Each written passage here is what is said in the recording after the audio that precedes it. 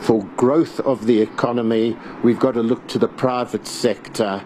And he says that it's clear that if we go for radical socialist approach, he uses the term nationalization, we're not going to get the foreign investment from the capitalist world that we need to make the country run and to overcome our poverty. So it's a total change. And this is where I say our Faustian pact or bargain stems from. It stems not just from Mandela, who is making this announcement and is following this through, but Joe Slovo, Ronnie Kasrils, the left wing of the ANC, which was predominant, our whole Communist Party. There's no real debate or argument about this. Mandela really is the icon, which he shouldn't have been, for his fellow revolutionaries. He's a leader amongst other leaders. He's always about a collective, but Mandela is very firm on a course of approach once he's made up his mind. And I note that people like Joe and others actually go along with him. Now, the reason being that the political kingdom is coming close. And of course, this is a very big issue. We could have had a civil war at the time. There could have been enormous bloodshed. There was tremendous threats from the third force, the police, the soldiers operating undercover, and with all sorts of right-wing elements from the Afrikaner extremists. And we were very concerned. Would we be able to move through that situation smoothly and get to a democratic election and form a government based on the people's will? Now, that's an enormous attraction. And that's where Mandela's greatness shows. But I would say at the same time, we push the economic issues onto that back burner, and they successively become distant. So that nationalization, command of the hearts of the economy, this becomes a no-no. And once that sets in, and you get the gates open for a nouvelle comprador bourgeoisie to come to the fore, junior partners of big capital and the corporates and the international connections, then we embrace the neoliberal economy of the world today.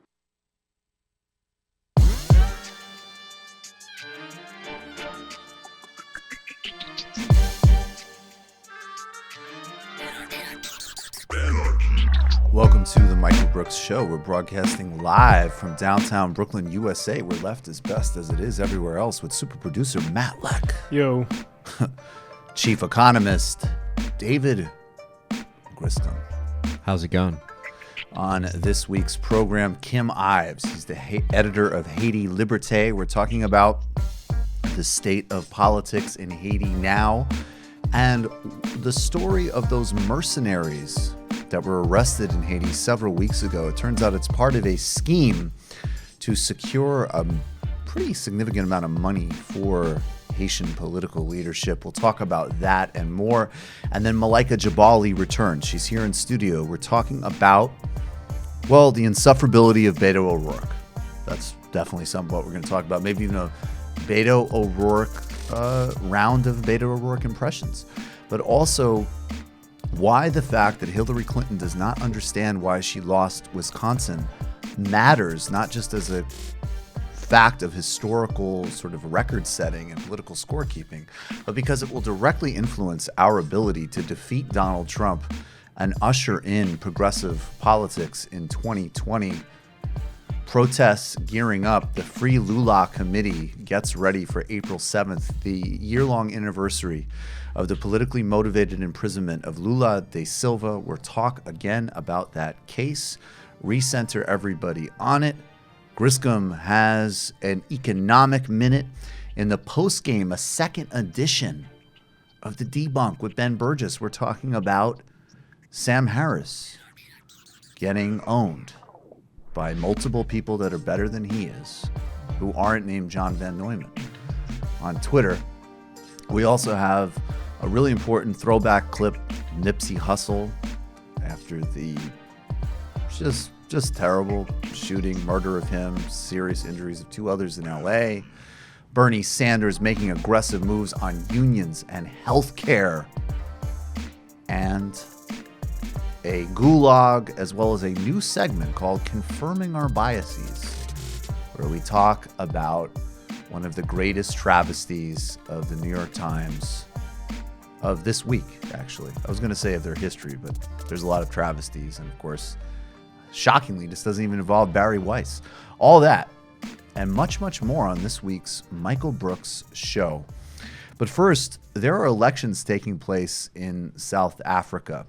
And South Africa has the paradox of being led by the African National Congress, the liberation movement that led South Africa to democracy and liberation in the early 90s under the iconic leadership of Nelson Mandela and many others, including Oliver Tambo, Walter Sisulu, Joe Slovo, as well as the vital and strategic contributions of Govan Mbeki, Thabo Mbeki, Ronnie Kasrils, and Cyril Ramaphosa, even Jacob Zuma, historically speaking. This is a movement that has produced some of the best leadership, some of the most strategic leadership the world has ever seen.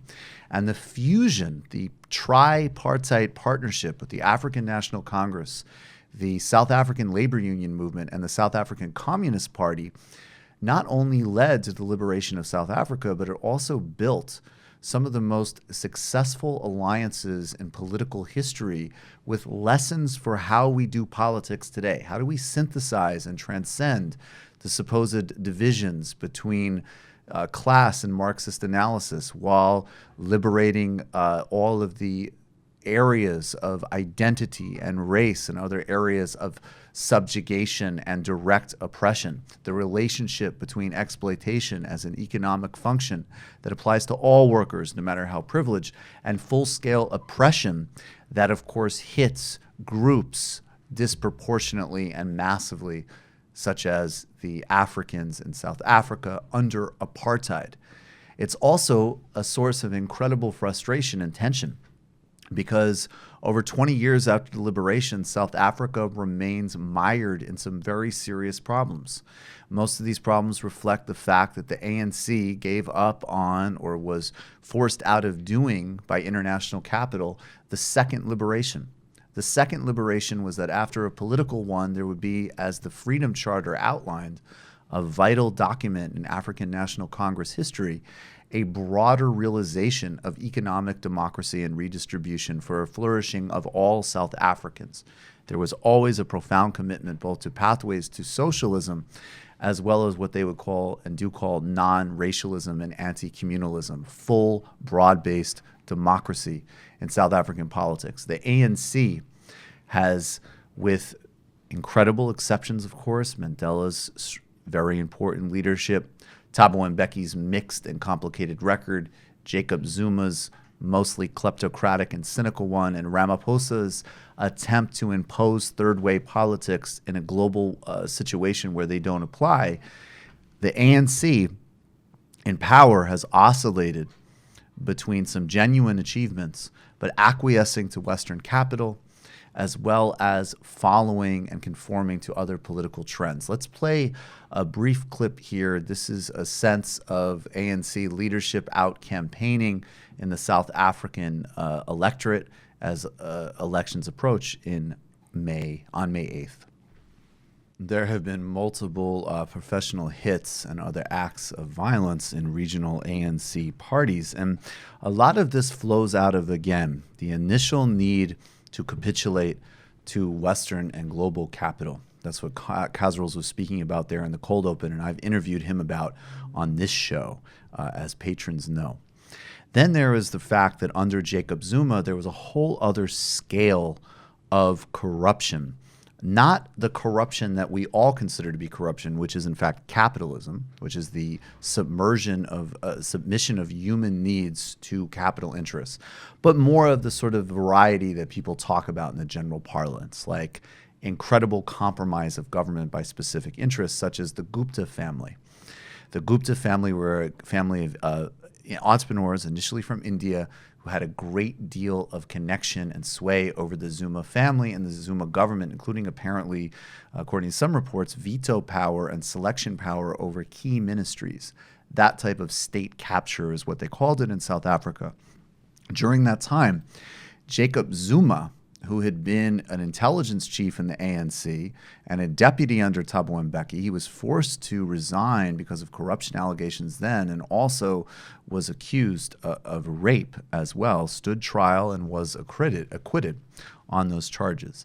Zuma's government ended up hiring a British PR firm, Bell Pottinger, who were a Tory-connected, London-based PR firm with, again, conservative connections that designed a campaign on white monopoly capital and suggested that Zuma and the Gupta family were instrumental in fighting this thing, even as the Zuma record overall was not left. In fact, it was profoundly anti-labor and was not doing structural questions in the economy, but a sort of cheap misuse of populism and identity politics was deployed to shore up Zuma's power. And Zuma still plays those politics as he tries to keep himself from being prosecuted and keep sway in the ANC today. He's an incredibly effective, fascinating strategist, but unfortunately not one with apparently much ethics or commitment from all available reports. Ramaphosa rises to take Zuma's place. Ramaphosa represents the capital-aligned version of the ANC. He got his start as one of South Africa's best trade unionists, was a major figure in the liberation in the 1980s. After leaving politics, he was deployed to the private sector, where he made hundreds of millions of dollars. And also in 2012, along with, of course, the Zuma government, he is directly implicated in the murder of the Marikana protesters, which were a group of striking miners. Ramaphosa had direct financial interests in this mine through one of his companies and board seats. And there was an email before the day of these killings of him calling for concomitant action, in his words, to take on the wildcat strike. This is who runs the ANC now, and who might be the best of very bleak alternatives. This upcoming election will be important in determining the trajectory of South Africa. And as we've said, over the past couple of decades, the government has taken a developmental first model in the hopes of luring international investment. The economy was boosted by the commodity boom of the early 2000s, as were all of the BRIC countries. But this connection has led to massive unemployment as manufacturing suffered from commodity and the commodity boom ended. There will be no recovery from the economic crisis without massive political change in the ANC or the rise of a new political formation. Now, there is, of course, the EFF, the Economic Freedom Fighters, led by the very charismatic leadership of Julius Malema. They call themselves Marxist-Leninist Fananists. And they are advocating some incredibly important proposals, though Malema was also close to Zuma and didn't form his own party until being sidelined by Zuma. The question remains, is this more sort of populism or Marxism? Then there's the Black Land Movement, which Zuma has apparently been playing footsie with, even as he still sort of campaigns for the ANC in Natal. And as far as I can tell from the BLM, their politics don't have a Marxist strain. They're strongly xenophobic and seem to basically directly echo the talking points that were initially developed by the London-based firm Bell Pottinger. And as we saw with strikes in February, there's still a significant power in the labor movement. South Africa has 30% union density. But because of their entrenchment and relationship to the ANC, there's been a leadership crisis and a struggle between more radical and conciliatory sides of the labor union. NUMSA, importantly, has broken off from the tripartite and is attempting to forge new radical alternatives. The ANC led South Africa out of one of the worst regimes of the 20th century. They immediately faced an international community bent on undermining the power of the post-colonial state.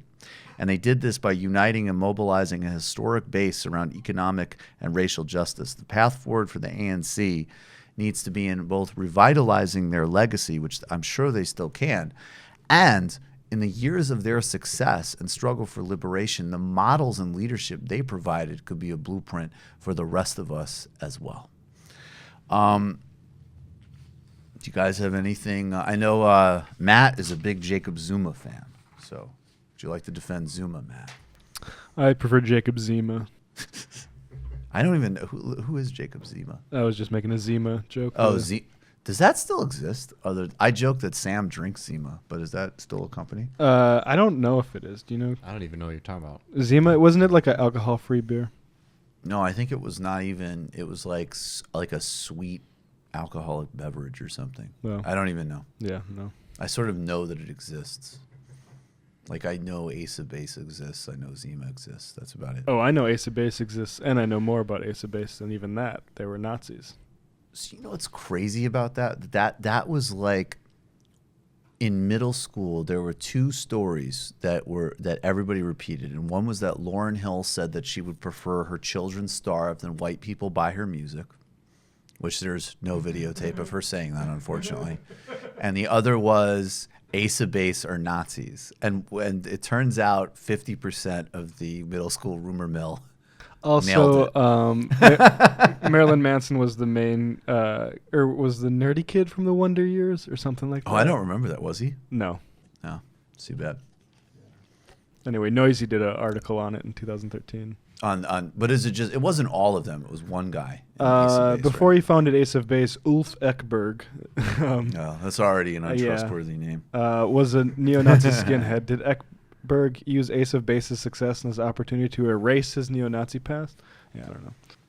Well, thank God they didn't get successful now. He would be an opportunity to enhance his neo-Nazi politics. You go back to I Saw the Sign, and it's just a giant swastika in the music video, and it's like, we should have saw this coming, guys. We should have seen this. They're a great band. They do great work. Griscom, anything you want to throw on the docket? Yeah, I just wanted to jump in talking about the corruption issue around Zuma, because what we've seen is while people have been trying to, come after Zuma Zuma's corruption was pretty ridiculous. I mean, right. He put a swimming pool in his backyard and claimed that, and had the government pay for it, claiming that it was it was protected from fires. It was protected from fires.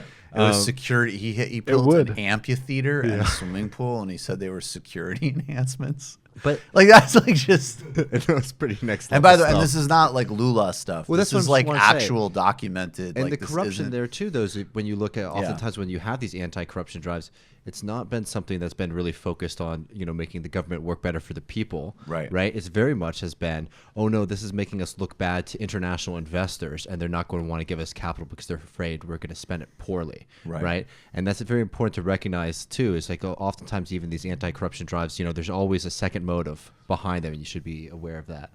100%. Speaking of which, let's get to the shout out. The shout out. Creepy. DJ Danarchy is working on some new Alex Jones work, by the way. DJ Danarchy, I should give more props to. He is the sonic mastermind of the entire TMBS experience. Yeah, all the music you hear pretty much, and we sometimes throw the old Lapaco track. Lapaco's also great. He was the original theme. Artist, right. But DJ Danarchy, everybody. Danarchy and Chris Lapaco. By the way, Vic Viana in studio. He's going to be he's in studio and on Twitter. Very much on Twitter, and also he's coming on board for the snazzy video illicit histories that we're working on for Comrade and above patrons, and then we're going to kind of gradually seed them out because we want as many people to see them as possible. About a year ago, April 7th of 2018, Luis Inácio Lula da Silva turned himself in to authorities in Brazil. Now, we're going to play this video that was released several months ago. It features Danny Glover and Mark Weisbrot, and it was released by it's a YouTube channel, Senator Bernie Sanders YouTube channel. I think that is some official Sanders channel, but I'm not entirely sure, to be honest. It's certainly not his campaign channel, but I think it was connected to his office. I talk about this a lot. We've done several videos on this and histories. We're keeping up with the current onslaught of abuse from the Bolsonaro regime in Brazil, its connections to Trump, and also the fact that the wheels are coming off. Also the fact that Western capital interests were profoundly critical and important in ushering the clown fascism of the tropics to power in the form of Bolsonaro, and all of the assaults from indigenous people, which of course is in their interest because of the logging and mining, logging interests and oil interests, but also things that, I'm sure the editorial page of the Wall Street Journal, which endorsed him, might frown upon, like the persecution of the LGBTQ community. Well, they bear a responsibility for absolutely all of it. We're going to play a little bit of this video just to kind of get everybody up to speed again. This presents it pretty effectively. Let's check it out. The threat to democracy in Brazil is a result of the enormous achievements of the Workers' Party.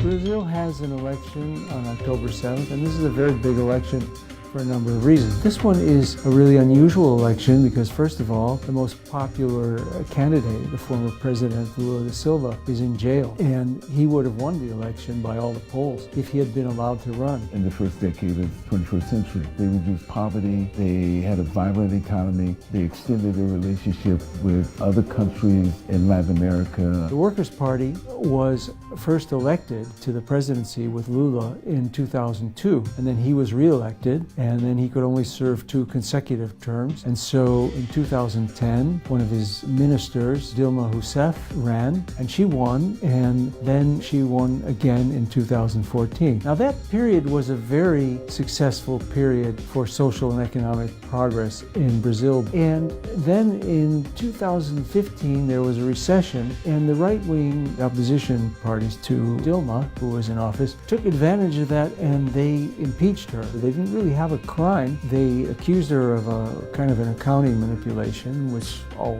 previous presidents have done, and governors too. It was a power grab, but then they still had the problem that Lula could run for president. So with a very politicized judiciary, they went after Lula, and he was convicted of taking a bribe, which was in the form of repairs to an apartment, basically. And they never showed that he owned or stayed in the apartment or rented it, or that it was his in any legal way. They didn't have any material evidence either. We have to do something about this. But we at the same time understand that this is not only just happening in Brazil, it's being undermined in other countries in the region as well. The question about what has happened to all of these governments in the region to introduce policies that were more friendly to poor people and friendly to indigenous people. What is happening to those particular countries, and certainly those leaders who initiated those really progressive changes. So that actually does a pretty good job of outlining the basic facts of the case there. As I say, objectively, and Perry Anderson, the historian writing in the London Review of Books, said that, in his phrase, I'll paraphrase, arguably Lula is the most successful president of the 21st century. I would say he certainly is, if our metric is human well-being, which is the metric of this show. No one has that sort of comparable base of massive poverty reduction, but also just sort of general opening of democracy and also strategic position of a country. On April 7th, there's going to be protests across Brazil, but there's also an effort to have solidarity protests across the world, certainly Latin America, but also the United States and Europe. I think we have, do we have that link, Matt? Oh, yeah. It's a website. I'll tweet it out again later, but people can also check it out. It's the Committee to Free Lula website, with both the facts of the case, which is important, as well as broader information on how you can take action with these demonstrations as well. Now, what we're doing with this is, first of all, the political imprisonment of Lula is a doorway to understand the whole broader crisis of Brazil, the relationship between it and the United States, the story of the coup and removal of Dilma, the total failure of press outlets like the New York Times and the Guardian. As always, you need to be reading Brazil Wire and Brian Mayer, who we regularly deal with, in order to understand this story. And then what we're also doing is we're hoping to lay the groundwork so that an administration of, I'll just, of course, someone like a real progressive like Bernie Sanders might take serious diplomatic action on this, both in the case of Lula as a political prisoner, but of course more broadly in terms of restraining corporate interests here that are doing things and supporting a regime in Brazil that is not only a threat to all people of color, LGBTQ, indigenous, and workers and poor in Brazil, but through the effects of, as an example, clear-cutting the Amazon, in fact, a threat from an ecological perspective to the entire planet, aided and abetted by U.S. administrations, the Wall Street Journal, and our corporate sector. So when we protest, that's laying a broader groundwork. And I would also request, if you have an opportunity to ask a candidate a question, and you're moved to, ask them about what they will do about Bolsonaro, what they will do to free Lula as a political prisoner. All right, it's pitch time. Guys, Griscom, do a little pitch here, buddy. Go for it. Yeah, First, we're going to talk about the live show. We have that up on screen, the Bootleg Theater, April 20th. Keep it simple. Yeah, we're getting ready That's for good LA. advice. That's right. It's going to be a lot of Keep it fun. simple. Definitely try to get your tickets as soon as you can, because I've been seeing that they've actually been, we've had a little uptick recently. They have, yep. And, you know, hell, man, I'm super excited to come and meet all of y'all. You guys are definitely going to want to come out. We got Nando Villa, we got Big Waz, Anna Kasparian of the Young Turks. It's going to be a really good time. You know, we do so much content on this show that you get the illicit histories, theory videos, and also just lots of extra bonus content each week. There's a huge community on the Discord that you definitely want to join in. You know, we're really working on trying to make that backlog more and more accessible. I was flying all day today, and I would have loved to have been able to take a deep dive into all of the content that we have out there. I mean, we literally have months and months of stuff for folks. So definitely join and become a patron as soon as possible. We have histories of everything from Jamaican gang warfare and politics, intros to great thinkers like C.L.R. James, the actual mechanics of the transition out of apartheid, an illicit history of the Russian Revolution, an illicit history of why we don't have single-payer government healthcare in the United States. And this is just scratching the surface. What is the HDP? The Kurdish Social Democratic Party in Turkey. Its leaders are political prisoners of the Erdogan regime, but they're also mapping a whole new politics for the Middle East, plus the post games. Have we shared the document with all the illicit histories? We're going to do that next week. Some of our patrons put together an incredible document outlining all of them. And it really is. I mean, it is legit. It is the outlines of a full global political education. Yeah. And we're only going to keep going deeper and deeper. We've done way more content than I think Patreon is ready for a podcast to do. And so it's very difficult to sort through it. So thanks to our patrons who It's an incredible community, which is another huge advantage. And also, like, really, if you're sitting on the outside and you're not a patron, like, you really don't know how deep this show goes, and you really should give it a shot and check it out. Absolutely. You're only scratching the surface. So but deep. we're very proud of the show. It's a deep state. It's so deep. It's a deep state. Patreon.com/TMBS. Patreon.com/TMBS. Of course, if you're watching on YouTube, click the subscribe button. Share the videos. You can also, of course, subscribe on iTunes. Throw us a review there. But first and foremost, patreon.com/TMBS, and get your tickets to LA, April 20th at the Bootleg Theater. I want to share this. We're going to call Kim Ives in a minute, but this meme is hilarious. He's a very talented fan, as all of our fans are, that I follow on Twitter, and he tweeted this meme out. Did you watch King of the Hill, Friscom? Of course I did. Of course you did. Naturally. I never watched it, actually, but it seems pretty... I like Michael it's Judge. good. They're all on Hulu now, so... I'll check it out. All right, so this is at... What is his first... What's his... @_ Aaron, respect for the _ 447. All right, and then for people will see this, but if you're listening, I'll outline it for you. So that's Hank, right? Yeah, Hank Hill. All right, Hank Hill goes in. What's his son name? Bobby. So he goes, "What are you listening to, son?" So that's kind of how he sounds, right? Yeah. And then what does Bobby sound like? Can anybody do a Bobby impression? I don't know the show. All right. It's the Michael Brooks Show, Dad. Yeah. It's a leftist podcast that promotes strategic thinking and understanding of historical context, and he likes Dipset. That's a great bumper for the show. Hank is listening to the show. He looks very disturbed.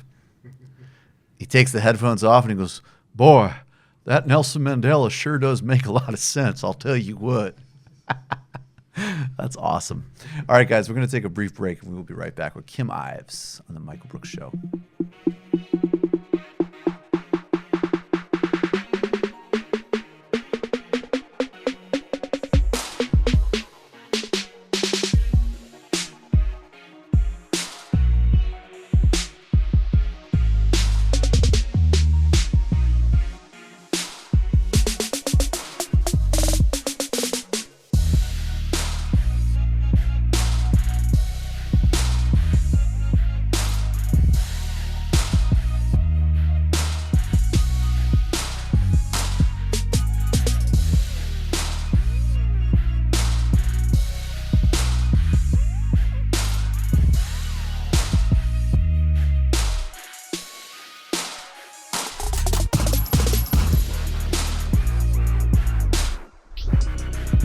I don't even care about those guys. It really just honestly doesn't matter.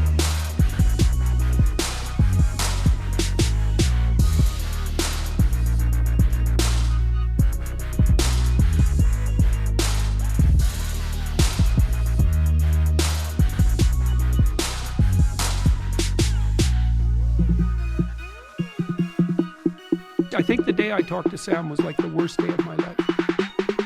It produced an overwhelming sense of impending doom. That'll keep the test off.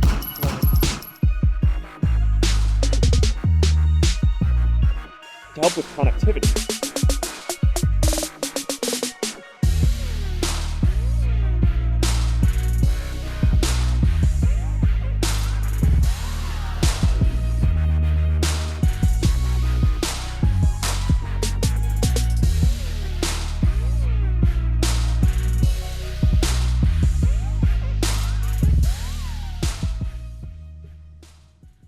Welcome back to the Michael Brooks Show. Joining us now is Kim Ives. He is the English language contributing editor for Haiti Liberte.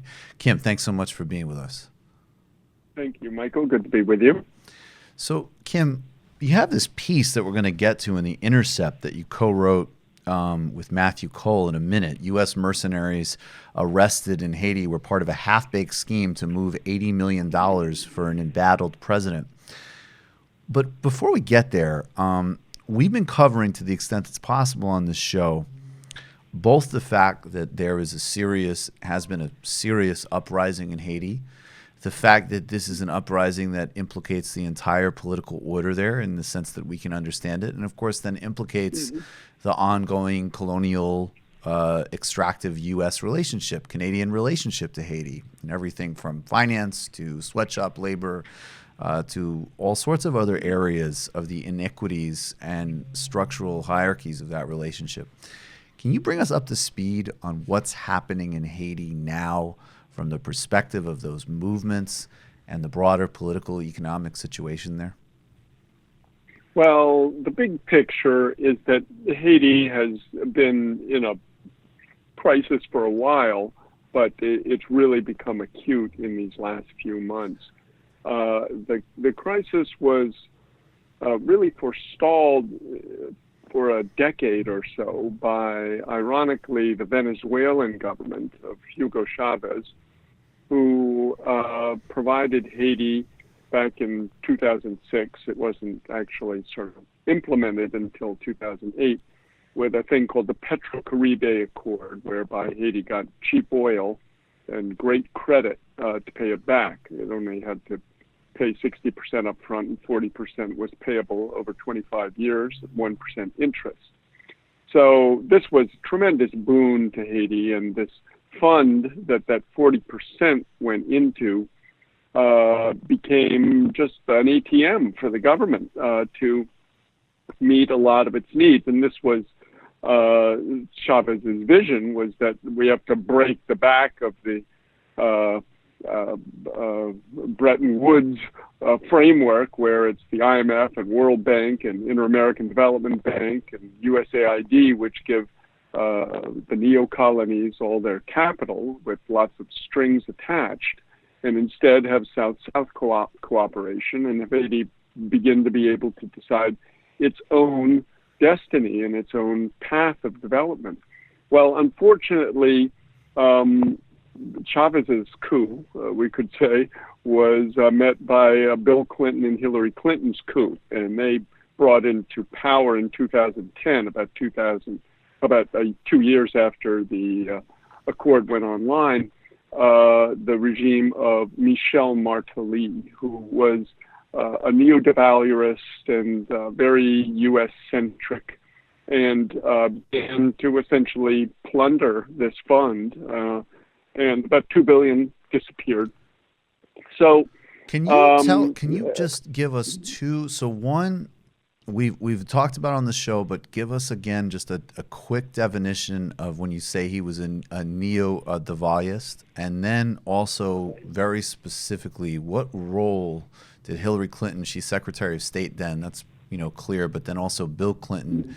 What role did they play in the Martelly government rising to power? And is this the WikiLeaks disclosures from the time that we know this about? Like, what's the basis for that?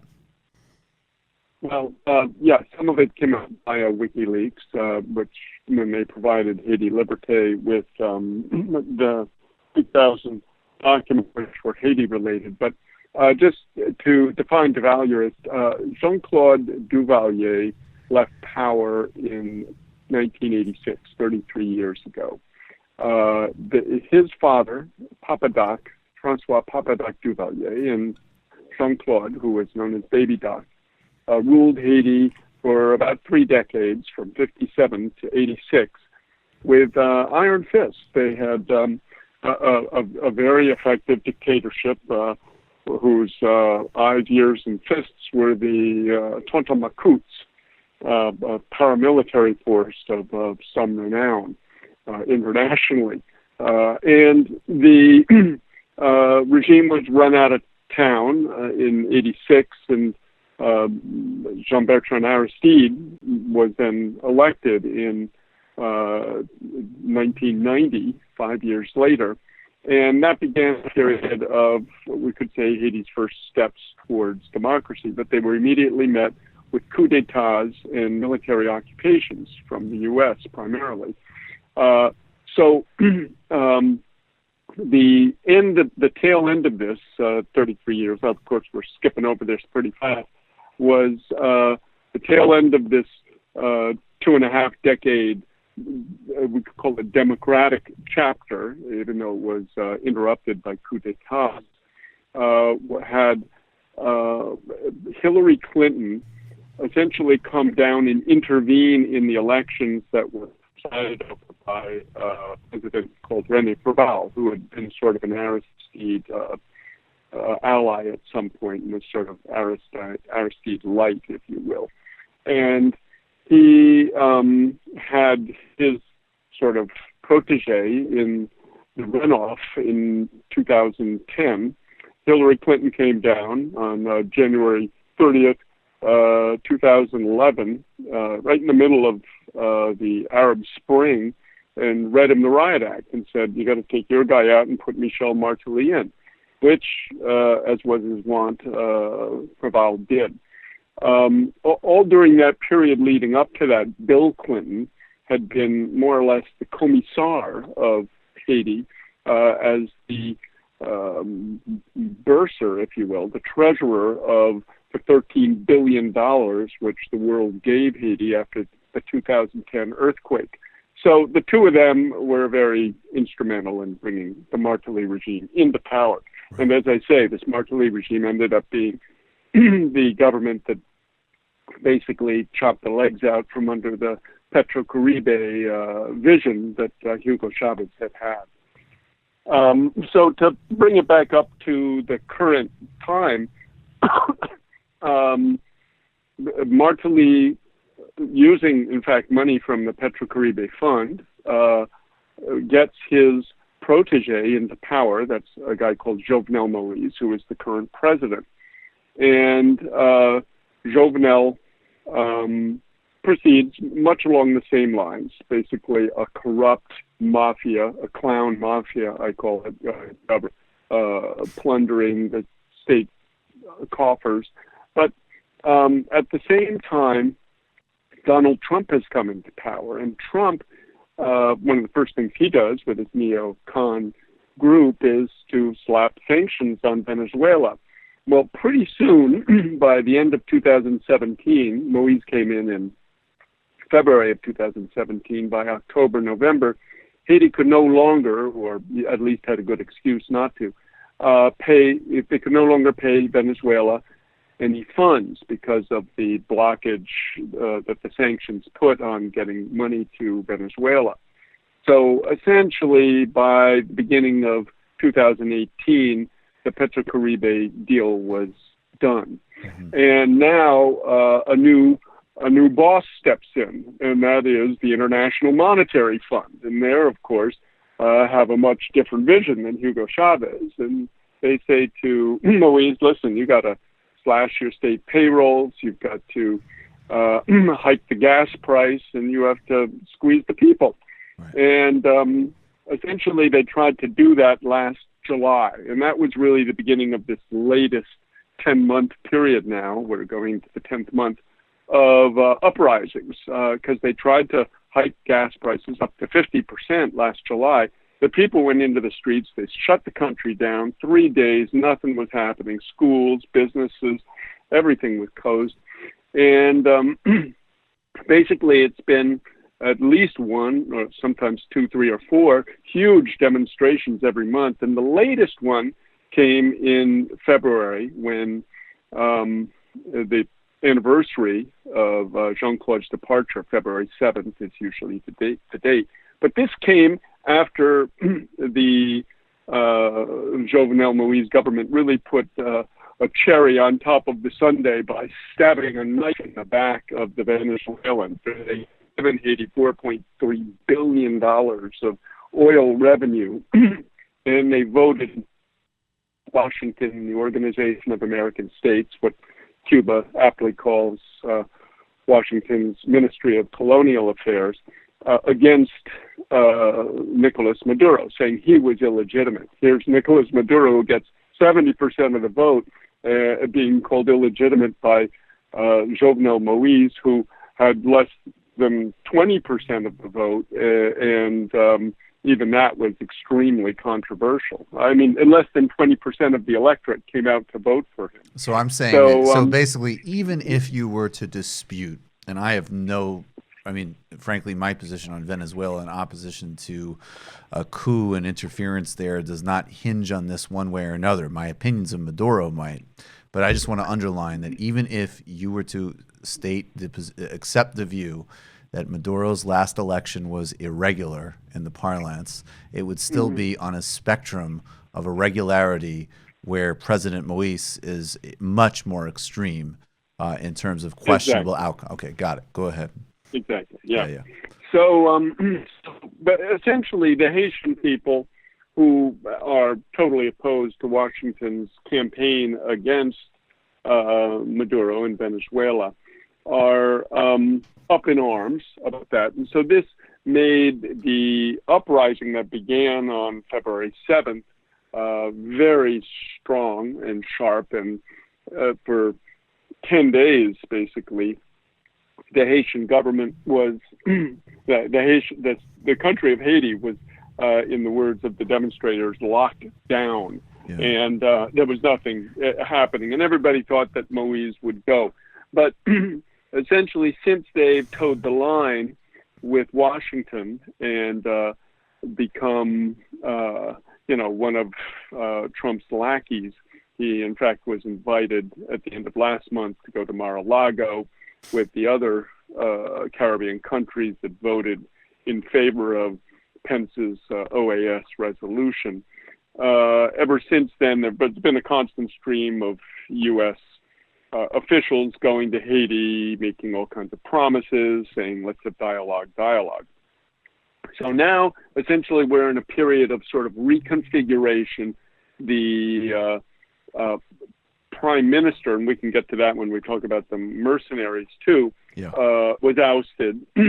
And there's a new prime minister, and there's really a reformulation in the opposition. So we're in a period where it's kind of a stalemate at this point, but definitely Jovenel Moïse is on the ropes. And the IMF has given Haiti a $229 million loan over the course of the next 3 years. But it's just basically throwing good money after bad. The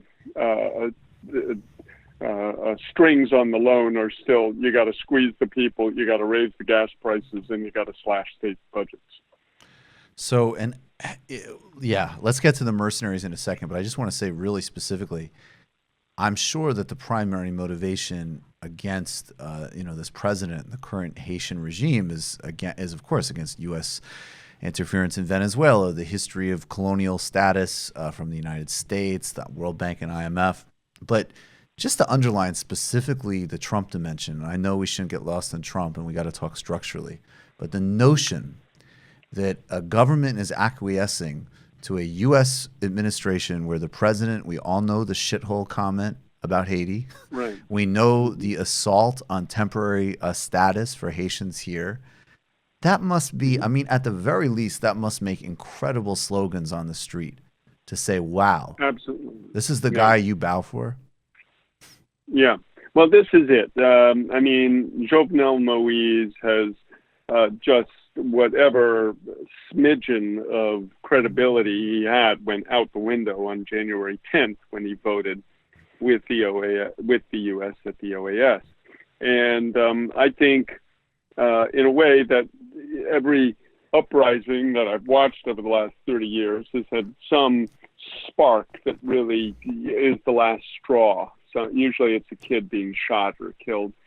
In this case, it's that Venezuela vote. And I think since then, and, you know, the shithole comment played a big role in it because every Haitian felt the lash of that, right. As well as the TPS, 50,000 TPS Haitians who are going to be sent back, even though they keep sort of postponing that, and the courts are doing their bit to call it into question. Right. So all of that means that Moïse's days are, to me, numbered. I really would be extremely surprised if he's able to serve out his 5-year term. Well, that's good news, and I think that the president might have some similar inclinations you do, because several weeks ago there was a team of mercenaries that were arrested in Haiti. I remember this. I was actually in Puerto Rico at the time, not looking at much news, but I caught this story, and I was like, wow, that's some bold shit. Who were these mercenaries, and what were they doing? Well, it turns out that they were trying to help Moïse, Jovenel Moïse, get his hands on $80 million of the Petrocaribe money. Now, most of the actual Petrocaribe fund that Haiti has or had in its savings account has been blown through. But there is what they call the Petrocaribe escrow account, which is where all the money which Haiti couldn't send to Venezuela is kept at the central bank. So we don't know some of the details and why they needed 8 armed foreigners to come facilitate this transfer, but somehow or another they were trying to transfer this $80 million from an account that Jovenel had to sort of handle with the prime minister, with whom he was at odds, and the bank governor, into an account that Jovenel had complete control over and didn't have to answer to anybody. So that's what we know. We know that from a source with direct knowledge of the operation. And so that's what we put out in the Intercept in Haiti Liberte on March 20th. Now, after we came out with that, one of the former SEALs who'd been in the team in Can you Port-au-Prince. tell, just really quickly before we get to that, can you remind everybody of like who was in this team, where they were pulled over, and the types of artillery they were carrying? Right. Yeah, let me just give the thumbnail of what happened. That would be perfect. So essentially on February 16th, this is the tail end of that 10-day uprising that I mentioned earlier. A private jet leaves Baltimore at 2 a.m. in the morning and lands in Port-au-Prince at 5 a.m. The 6 guys on board, mercenaries, they're carrying weapons and, assault weapons, semi-automatic rifles, pistols, knives, satellite phones, drones, etc. They come into the country without going through immigration, without going through customs, and they're met by essentially, let's call them for the moment just cronies of Jovenel Moïse. They're taken to a luxury hotel where they spend the night. The next, a couple of others come in through other means, through commercial airlines, and join them. So it's a total of 8 that are there. One of the guys got away. We can talk about that later, but it's not too important about that part. But the team is downtown Port-au-Prince on the afternoon, at about 2 in the afternoon, of Port-au-Prince, outside the BRH, what's called the Banque de la République d'Haïti, the Bank of the Republic of Haiti, which is this big, beautiful, modern, pillared bank rising up out of the garbage and dirt and mess that is most downtown Port-au-Prince. They proceed to try to enter the bank, but a security guard there won't let them in. Meanwhile, out on the street, their vehicles, there's about 3 of them, are sitting there, and they don't have any license plates. They've taken the license plates off. So the police come. They were apparently alerted by bank personnel, but they also saw these cars going around with no plates. And there proceeded to be a 2-hour or so standoff. They ended up arresting 7 of the guys. As I say, one escaped along with the 2 Haitians who were involved, a guy called Josué Lecomte, who lives here in Brooklyn, not too far from BAM, Brooklyn Academy of Music, in a very swank townhouse. We're going to have him on the show next week. Oh, that would be excellent. Yeah, if you can catch him. We tried. We staked out his house and tried to run him down. He ran into a parking garage, and then tried to slip out the side. We ran after him, but he wouldn't talk to us. We didn't want to get any assault charges against us, but he definitely tried to ignore us and run away from us. So if you can get him on the show, I'd be very interested to hear it. We'll try. So Josué Lecomte, who's basically sort of an American with a Haitian passport, and this other guy who was a very corrupt lower echelon official. He ran the lottery. He ran, a post for electoral affairs or something, and his name is Fritz Jean-Louis. So these 2 guys both managed to escape the scene, as did one of the former special forces, a guy called Mike Phillips. So the other 7, which was basically 5 Americans, led by a guy called Kent Croker, a former U.S. Marine pilot, 2 Navy SEALs, a guy called Christopher Austin and another guy called Christopher McKinley, and then a guy called, 2 other fellows, a guy called Callan and another guy called Port, along with 2 Serbs, were all taken to what they call the DCPJ, the Judicial Police Quarters, down by the airport. They were given, very nice treatment and quarters there, and the U.S. Embassy immediately began to browbeat everybody, especially the chief of police, saying, release these guys, release these guys. Well, the chief of police said, listen, I can't release them. That's up to the court system. They're in the hands of the judiciary.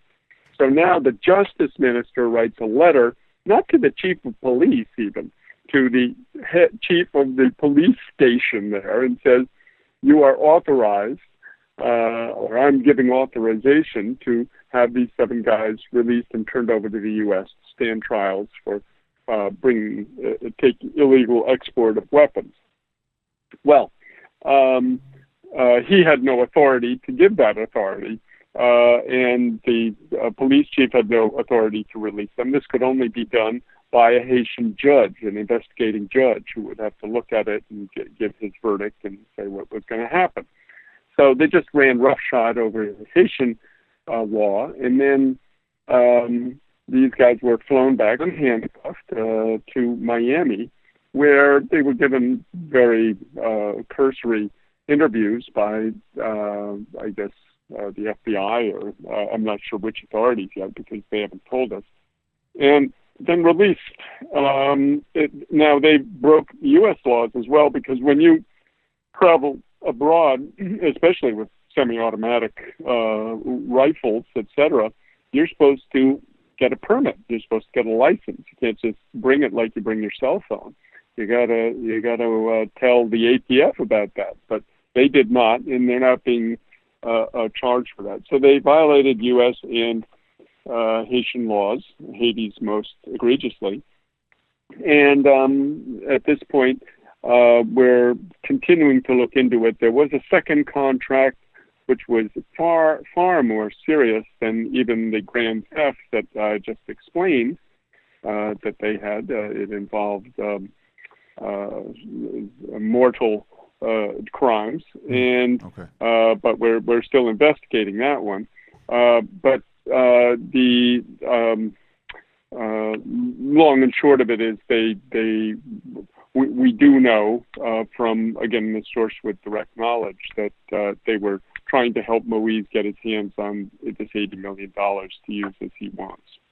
But there was a potential, you can't say more, but just to be clear, there's a potential additional contracts that involved, as you said, like mortal, much more serious things than even grand theft. So as a final part of this, and I hope you'll come back on the show, but I mean, just two quick follow-ups on this to conclude. One, do we know, like, are these guys just a sort of band that was assembled, or are they actually part of some security company that does this kind of work? There's a lot of firms like this that shade those boundaries. I mean, obviously Blackwater is kind of the most famous example of this, but they worked with, direct U.S. support in Iraq and Afghanistan. And they also, in fact, I mean, people know about the Nisour Square massacre in Iraq.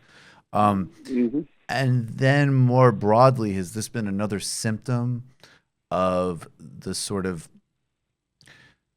the new version of colonial politics in Haiti? Does it involve a lot of security subcontractors from these mercenary firms carrying out the will of, U.S. institutions or corrupt politicians? Those are my final two for you.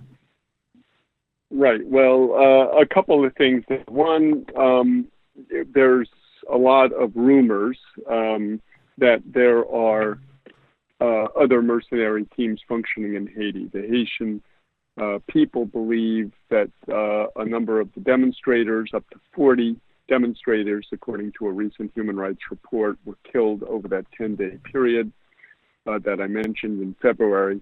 And many were shot in the head. They believe they were snipers, that they were, shot similar to what we've seen happen to demonstrators in other countries, Syria and Venezuela, etc., by essentially mercenary snipers in many cases. So there's a feeling there were other teams, particularly in the south, in the town of Okai, which were supposedly functioning. So we don't know. But this particular team appears to have been a pickup group. It doesn't have an overall directing organization other than Croker Security. The head guy, as I said, is a guy called Kent Croker, a former C-130 Marine pilot who runs a kind of security outfit with his father out in California. So he apparently put the team together, which was drawn from different corners: Texas, Louisiana, Virginia, the Washington, D.C. area. And Serbia. The two Serbs are both U.S. residents working for an outfit called, if I recall, K-17 or something, K-17, which is in the Washington area. And people can also read more about sort of the nitty-gritty of a lot of that. A lot of the detail was in a piece done by Jake Johnston from the Center for Economic and Policy Research down in Washington. It's called Our Boss Will Call Your Boss, which was one of the lines they apparently told the cops when they were being arrested during the standoff. The other main thing I'd like to say, Michael, is that I think there may well have been some kind of U.S. collusion, to use a word that's been bandied around a lot this past couple of years, or involvement in the operation. It may not have just been a purely Haitian affair, right? Because the fact that these guys were just let off so completely, and one of the theses we're working with is, did the Trump administration have some kind of knowledge of this and say, well, whatever helps prop up Moise is good for us, so let them do it, and give them a wink and a nod or even a green light.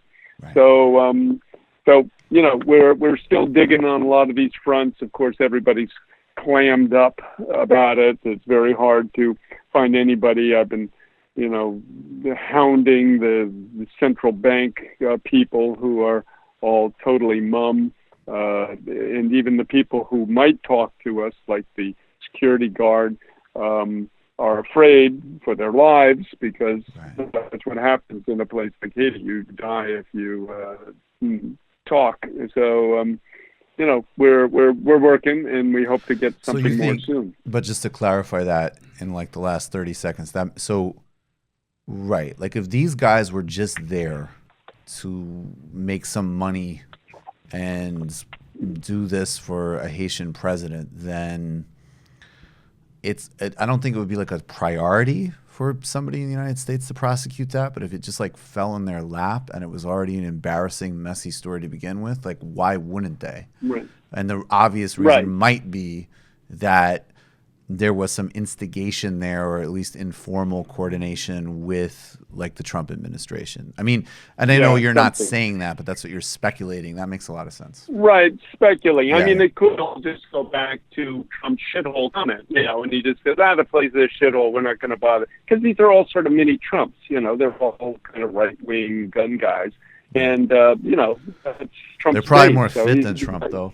You got to give them that. Right, a little, but a little. Some of them had a little punch. I mean, but these guys were not top drawer, huh? Right. But they, nonetheless, I think, it may be chalked up to the fact that the Trump administration sees them as some kind of quote unquote victims of a something gone wrong, and aren't pursuing them for that reason. But it could be something much more. Kim Ives, I really appreciate your time. He is the English editor of Haiti Liberte. Kim, look forward to having you on again sometime soon. Thanks a lot, Michael. Appreciate it. All right, guys, here's what we're going to do. David Griscom, have you recovered from your jet lag, buddy? Doing all right? Yeah, I've had some coffee. Hey, man, I was up at 4 today. Yeah, I'm ready to go. The testosterone flowing. All right, man, what do you got? And then we'll get to Malaika Jabali. She's entered the studio. Yeah, I just wanted to circle back on a story from last month where we saw that we've talked about this before on the show when it was getting close to happening, but the yield curve inverted last month. So the 3-month yield curve dipped above the 10-year yield curve, which is significant because basically it means that the people who are investing money, they're more willing to park their money into an investment for 10 years, even though it's getting a less return than a short-term 3-month investment. And that's very significant because it basically, it implies a lack of confidence in the market. And it's also something that people watch very closely because the last 7 recessions have all been preceded by a yield curve inversion. But you don't just have to go to the yield curve to see bad omens in the U.S. economy. The Fed cut their growth forecast for next year just last month as well. And in February, too, 7 million Americans were 3 months or more behind in their car payments. And it's one of these things where we're seeing the tightening monetary policy that's coming from the Fed, but we're also dealing with the fact that there's such a large amount of corporate debt that has been propping up the growth in the U.S. economy. And it's going to be a significant problem if the Federal Reserve wants to normalize its monetary policy after years of very loose and cheap money. And basically, since the crisis, we've had the Fed using monetary policy to buoy the fortunes of the wealthy and to create growth for corporate profits. It's very telling when you see what this money has been used for. It hasn't been used for increasing, the working conditions of people, or even really any kind of significant innovation. It has been primarily used, one, for stock buybacks, and two, most money that's being spent internally has been to shore up more intellectual property. So basically a way for these... What are we talking? Are we talking pharmaceutical property, software? Yeah, all across the board, software, techniques, and basically... So it's the same dynamic of there's shrinking material resources to primitively accumulate and turn into profit centers. So you need to either go to, as I said, a place like Africa that has some untapped areas to just freshly utterly decimate and exploit. Mm-hmm. That's why there's like a neo-colonial game there. Or to create more and more and more abstraction and exoticization of financial instruments. And you can pull in rents, and you look this at type of thing, for rents economy. Right? And then you look at basically a lot of the innovation that we've seen recently has been a way to find already existing economic activity, and then to find a way to extract from it. And this is just one of these things that we're going to be seeing a lot more tightness when it comes to the finance behind these corporations. When we're talking about companies, we talk about a lot of these Silicon Valley companies. They are pretty much propped up by just money that's flowing into them. They're not making a profit themselves. So as we see this, the growth that came basically out of the recession came out of loose monetary policy. And as we see that start to tighten up, we're going to start seeing more issues. Let's not to mention Trump's trade war with China, Brexit, and the abysmal state of the EU economy. And just, as one last thing to sort of highlight this, Lyft's IPO flop. I don't know if anybody saw this. I was celebrating. Yeah. I was happy to see that. But it's been 3 days of straight losses. And, there's a lot of reasons that could be happening. But it's also probably that a lot of people are realizing that this business model that Lyft has had is not something that's necessarily worth jumping into, especially because the only reason that it's been able to succeed has been because there's been just such an amount of money that's just flown into the company, regardless of its actual, material and what's going on the ground in this economy. So, are you talking down the economy right now? I'm talking down the economy a little bit. I'm sorry. There's a lot of negativity. That's not going to help. I just want to say for people, just to be really clear, being a patron is a very smart use of financial resources at times of that's something to be loose with. What did you say? Be loose with your money there. Yeah. It won't get Gold and Patreon. It might not get you an iron grip on the future of transportation apps or coordination, but yeah, it's still good. But at least you'll understand why you're in the recession, and have some tasteless Nelson Mandela jokes. We're going to take a brief break, and then Malaika Jabali is going to join us. Her new piece in The Intercept, Hillary Clinton is deeply confused about what happened in Wisconsin. Now, even me, when I saw the first half of that, I'm just like, all right, can Hillary Clinton just go away and she can be wrong? But then the second half is, but here's why that matters. So unfortunately, this fucking woman still being wrong matters for us. And the great Malaika is going to break it down and help us understand how we win in 2020. We'll be back in a minute.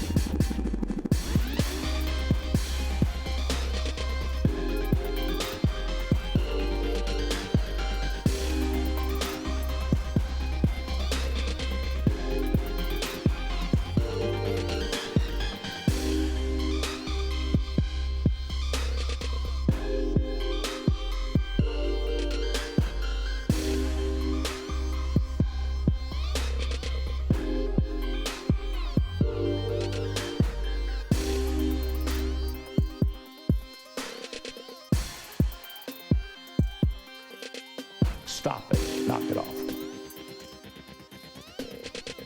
And maybe we need a solution to it that risks the imagination of a new kind of possibility.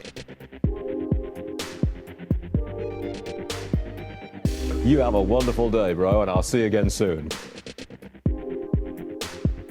I was simply trying to fix the culture in many ways. I think the day I talked to Sam was like the worst day of my life. What is your opinion on Brazilian Prime Minister Bolsonaro regarding, oops, there's a lot of things moving here, deforestation of the rainforest? P.S. I'm a Christian, I bake you a cake, though. You know, I don't know enough about him, but it sounds like he really hates Marxism, and he's really pushing Brazil to become more of a world leader, and that he actually is for capitalism, and he's trying to get some of the SJW stuff out of the schools. I just saw a tweet by him a day or two ago. So on that front, and again, I don't know a ton about him, that all sounds good to me. And as a Christian, I appreciate your offer to bake me a cake. Have you heard about the SJW nonsense on the? I don't even care about those guys. It really just honestly doesn't matter.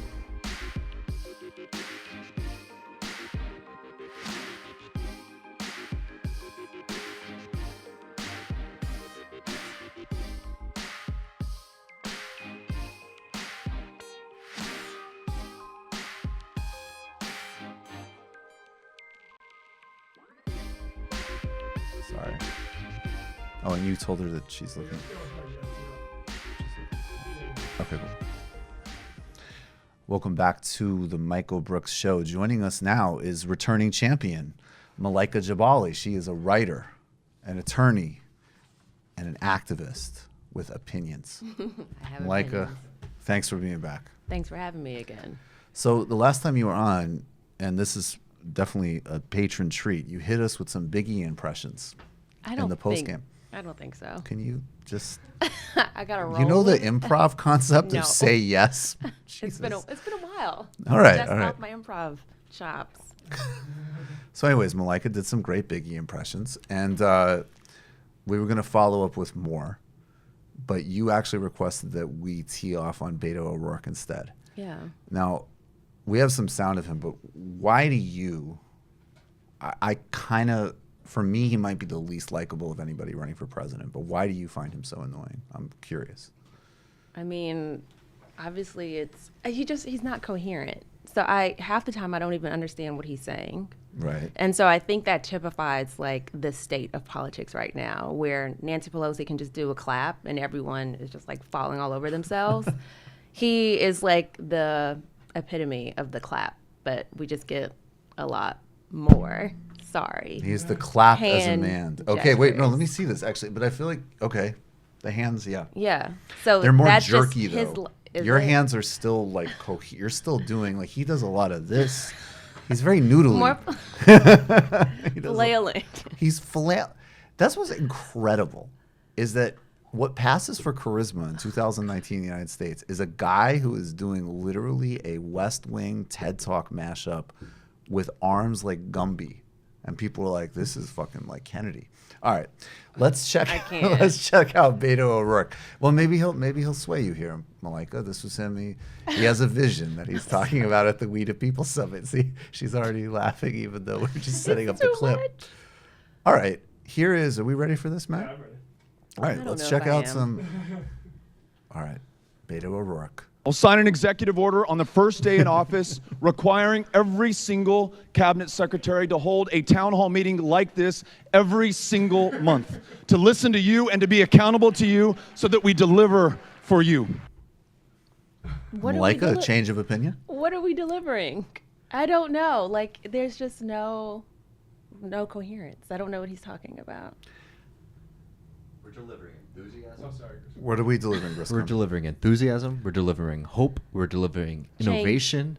Change. Art, and the fact It's is like, that stop we stealing have my to shit, leave white for our boy. children a better day than we had today. You literally are doing an Obama impression, is your Beto impression, which in a way is the perfect That's Obama how you impression. do a Beto impression. Yeah, it's too flattering to Beto though. Like yeah, he's like in these times. That's There's something exactly about right. him that it's like he can hear. It's like he's got a little earbud that is playing the like inspirational music they're going to put on it. Chariots of Fire music is running in his like head. If we don't grasp this opportunity right now, we may never get another chance to grasp it. It's just the opportunity for your kids and mine yesterday and tomorrow. Yesterday. He had an opportunity yesterday. Exactly. It's like, do you guys know those like those black posters that have like the inspirational quote on the bottom, or just like motivation? Yes, that's better. That's him as a person. Yes. Also, like, just as in terms of like baseless speculation, I've been in some environments where there was a lot of cocaine use, and I'm not saying that. And in some ways, he's way more positive than a typical. Although his campaign stump is like the first hour of a party where a lot of coke is going around. Like when people are in a good mood and they're talking about business projects that will never happen. He's like in that mode. Oh shit! You just triggered. Not from cocaine, but similar things. Just the wholesome part. All right, we have more Beto. Well, I think it's interesting that he feels forced to say things like reference the first progressive era. Like he has some sort of like somehow the political moment is getting through. So here's him talking about sort of like going back to Teddy Roosevelt. All right, well, wait. It's okay. So can we give him a fair hearing now? It sounds like he's talking about something real, Malaika. Let's check this out. Let's check it out. All right, yeah. Let's go roll the tape. Let's exactly. We've never had these kinds of challenges in the lifetimes of anyone in this auditorium. Pause it. Honestly, too much hand movement. I'm not even being petty now. Like, legitimately, whatever his thing is working for some people. He's raised a lot of money, but this is objectively too much hand movement. When I first started going on TV, I had to watch because I use too much hand movement. Like, it's an actual thing, and he needs to stop. Hey, RFK was bad at when he first got on the stump too. So. You know what? If this guy came out and quoted Aeschylus and had multiple members of his family be killed, I would cut him more slack. Anyone in this auditorium, regardless of how young or how old you are, this economy, this unprecedented concentration of wealth and power and privilege, we haven't seen since the last true progressive era that Senator Klobuchar referred to that produced Teddy Roosevelt and some extraordinary progressive reforms. A healthcare system where people are dying of diabetes and the flu and curable cancers in the year 2019 in the wealthiest, the most powerful country on the face of the planet. Now he's copying Bernie. I don't know. This is like the tag cloud that you see in blogs, and it's just words. And then you mean like one of those like projections from like what were the words used at the seminar most this week? Yeah, progressive, cancer. That's how you. That's how you write a Beto speech. Is you get that word cloud, and then you have one of Beto's staffers like draw lines through the words you can say like without getting in trouble. It's just like Israel. Like, no, don't stay away from that erase one. that shit. You go right to progressive era. Yeah. We can. Let's say Ilhan Teddy. Omar. Yeah, No. Teddy Roosevelt. Yeah, Teddy Roosevelt. Diabetes. Diabetes. You know, and I want to say too that like Obama, obviously, I just have different politics than Obama, but like Obama would give a speech that had a structure to it, and its conclusion would be like, yeah, I don't buy that. But it was like, we started here, now we're going here, and the conclusion is we should talk to pharma lobbyists or whatever. Sorry to be petty. But this dude only does conclusions. Like, you need to build up for your payoff. You can't, like, you have to have the 10 minutes behind you to be like, and that is why I know. You can't come out and be like, I believe this so fundamental. Like, what do you believe? What are you talking about? What's this? Right. I don't know. That just leaves him very open to make it whatever he wants to be, which I feel like is a part of, like, the issue. I think that's part of the strategy, is you don't want to really pin down your precise policies so you can be a little bit more flexible. Because they're the bad. donor class. Because they're bad. Like, anytime he gets specific, they're not good. Right? Like, anytime you push him, he's like, well, yeah, I don't support Medicare for all. Like, basically. Yeah. I find Buttigieg more annoying than him, though. I actually haven't paid much attention to that. I just find why people like him annoying. Like there was a piece that came out in Jacobin today about how like the woman that you keep saying we should have on the show. Liza Featherstone. We should have her on the show. I like this piece because she's just like, all of the media coverage about this guy is just that he's smart. Mm-hmm. Like this like the return of like the cult of smartness, right? Like it doesn't matter what. I mean, he is more substantive than Beto for sure, because he actually says some things. But everything that people write about him are just like, he speaks Norwegian.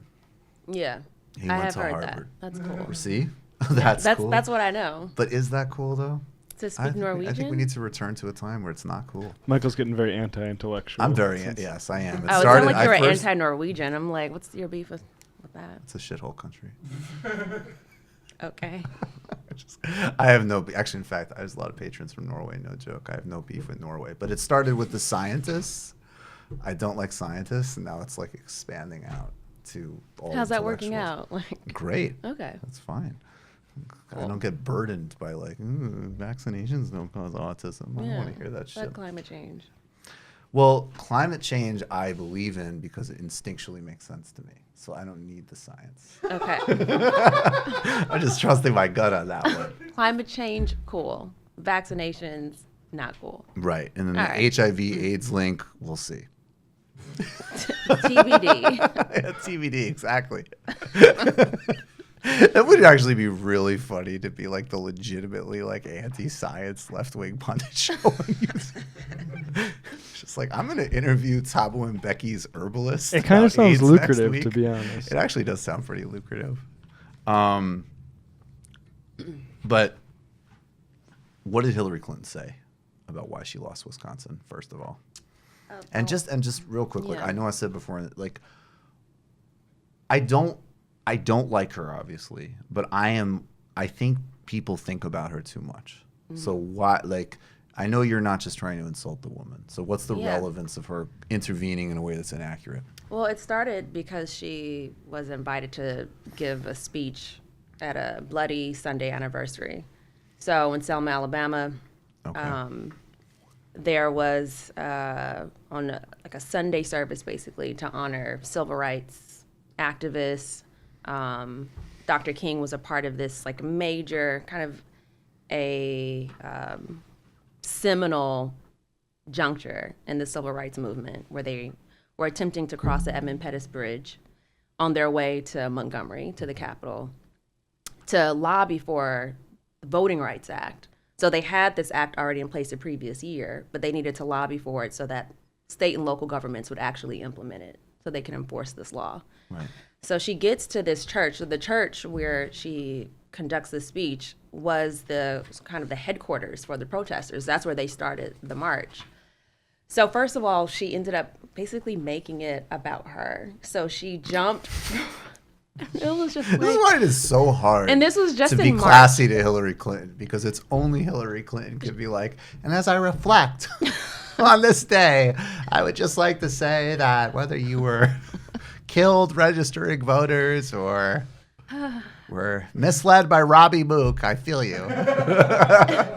It was just so many layers of fuckery, and I'm like, Hillary girl, like we're trying to forget you, but you're coming onto the stage, this huge platform, to A, make it about yourself, and then B, spew inaccuracies. Okay. So what are the inaccuracies? The first one was saying that she lost Wisconsin because, and she kind of used a little bit more. It wasn't, I'm paraphrasing a bit, but the bottom line is that she tried to say that in Wisconsin she lost because of voter suppression.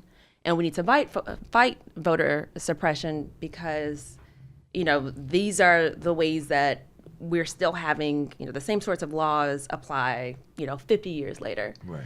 And we're going to need the same sort of energy, the same sort of public display of protest in 2020 as we did, in 1964. And she said that Wisconsin ended up the voter suppression laws that was passed in 2011 actually was a result of the Shelby v. Holder. The gutting of the Voting Rights Act. Right, exactly. That the Roberts Court did. What year was that? Like 2007? That was 2012. So it was. Oh, so okay, so they actually gutted it after Wisconsin put. Yes. Okay, got it. Right. Okay. So she tried to act as if that was the cause of the voter suppression law in the state. I see. So her But the timelines law are passed. off. So the law passed first of all. Mm-hmm. She was referring to Section 5, which has the pre-clearance requirements. So the law passed before that. Pre-clearance to people. Pre-clearance means that states that traditionally had some form of discrimination against voters had to now submit a plan, like so their redistricting plan and other ways that they are going to change their local law, their state laws to comply with the federal jurisdiction, with federal law. Okay, got it. So a number of states had to do that. Wisconsin, was not one of those states that needed to submit Section 5 pre-clearance rules or, their plans. And then even if it did, the law was passed before that because there wasn't the same sort of history of voter discrimination in Wisconsin as there were in a lot of southern states. New York was also included in that, though. Mm-hmm. So that was two of the inaccuracies. But then there's obviously something which, is debatable, but it's still a stretch to say that she lost 40 to 80,000 votes in Wisconsin because of this single ID law. That was a law that was passed in 2011 when Governor Scott Walker came into power. Right. So this is a big, so like, again, obviously you're not saying, like, of course they're trying to drive down the vote of people, but she's equating, like, or she's reducing all of the variables in Wisconsin down to one thing, which there isn't much evidence for. Yes. I mean, there's some evidence for it, but she has completely extrapolated what a study said in one city, in Milwaukee, well, actually it was Dane and Milwaukee counties, to the rest of the state. And then she's also assuming that all of those people are black when Milwaukee and Dane counties are, predominantly white. Though the city of Milwaukee has a strong concentration of black people. It's probably, I would say, the plurality of the city. About 40% of the city is black. But she tried to apply all of this, what was happening in these two counties, to the rest of the state, when a number of those people could have also been white. What she also ignored in that is that even though that study says that, you could have had thousands of people affected by this law, and, I say this everywhere I go, and I've said this when I appeared on the show the last time, I care deeply about voter suppression. I'm from Georgia. I see this happening all the time. And so just to jump ahead a little bit, I contrast her statements with the actual work that Stacey Abrams has done to combat voter suppression. But going back to this study, one of the studies that she's relying on, the top two reasons why people said that they didn't vote, one of them was they just didn't like the candidates. Right. Another one was that they just weren't interested in the candidates. Voter suppression in that study comprised maybe 6% of the answers. The other two, which expressed some sort of just disinterest, was about 40%. But isn't disinterest a form of suppression? Aren't you smearing Hillary Clinton? The way that they framed the question, it was very clear that it was along the nexus of, I don't like this person. Like, I'm not interested in voting because I don't like this person. But isn't or that I don't sexist to not like Hillary? Sorry. Actually, I could see this is being a Clinton media stan is not a bad gig. Well, it doesn't, because the questions don't say, who you didn't like. It just says you didn't like the candidates. You just had the very natural human response to look at Donald Trump and then Hillary Clinton and say, I'm not really stoked about this. About either. Who could have guessed that neither of those people were likable to the vast majority of Americans? Yeah, it's almost like normal people have normal human reactions to things. Okay, so all right. But it actually, so on a personal level, though, it makes sense why Hillary Clinton would say this, because it sucks to lose to Donald Trump and be rejected by people. No, I mean, seriously, like, honestly, like, I really don't like her, but I'm, like, not necessarily a headshot person. Like, I think people get off too much on how much they hate her. So it's like her human reaction makes sense. But why is this a problem for us in terms of people running with this interpretation to make us misplay a place like Wisconsin again in 2020, which is going to be pivotal. Like, I can't think of a more important individual place than Wisconsin to actually beating this motherfucker.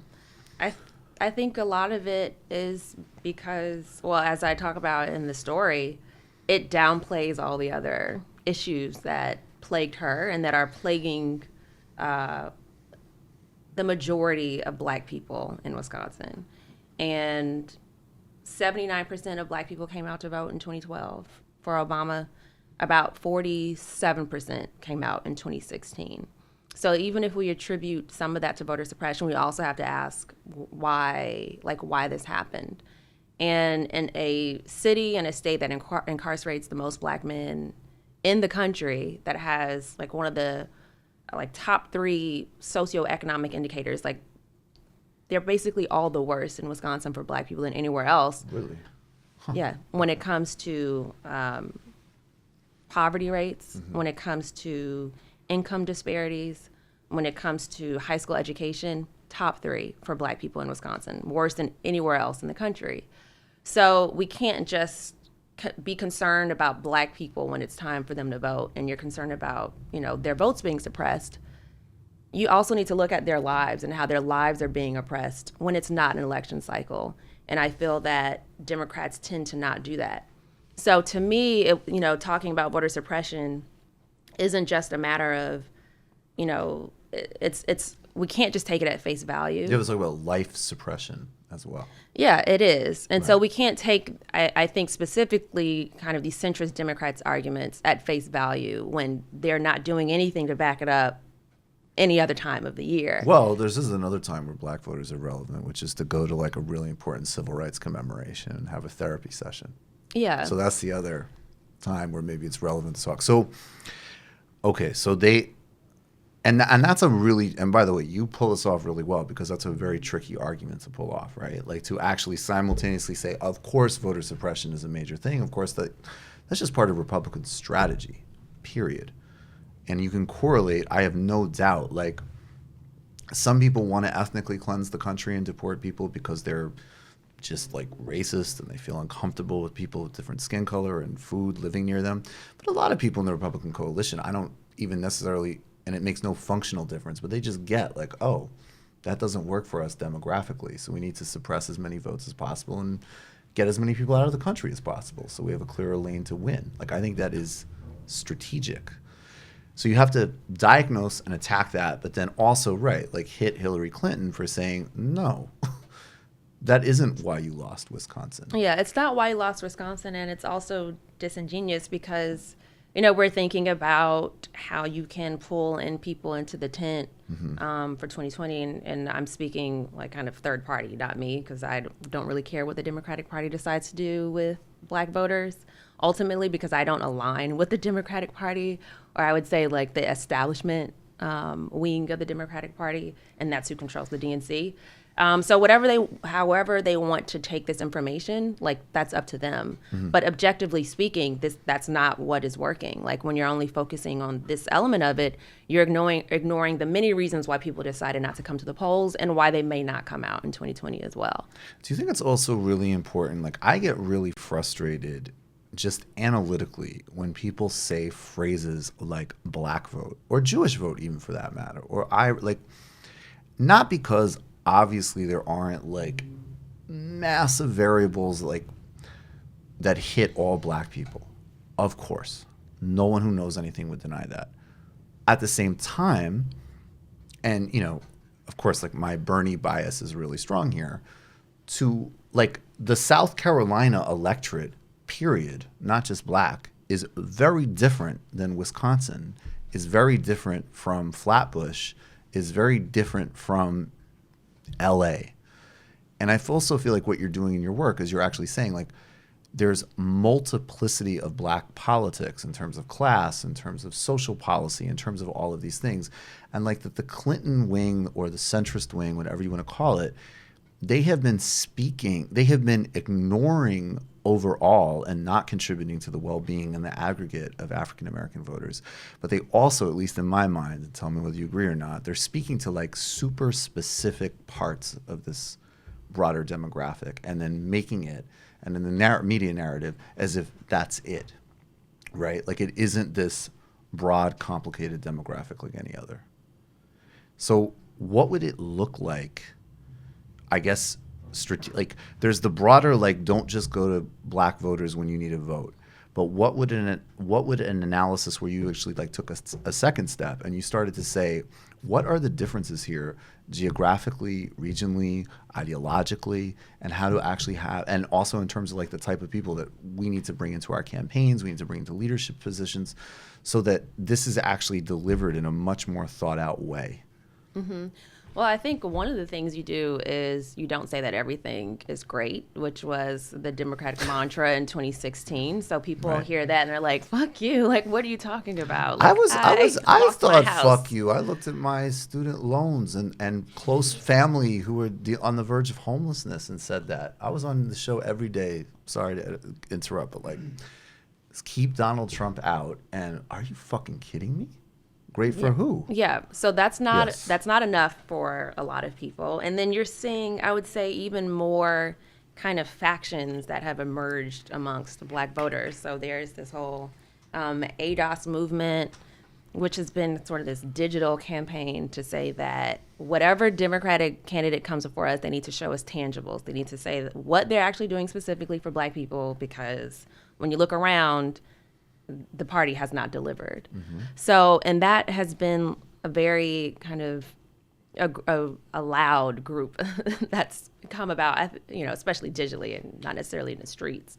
But we're just seeing more of those sort of breaks within Black communities.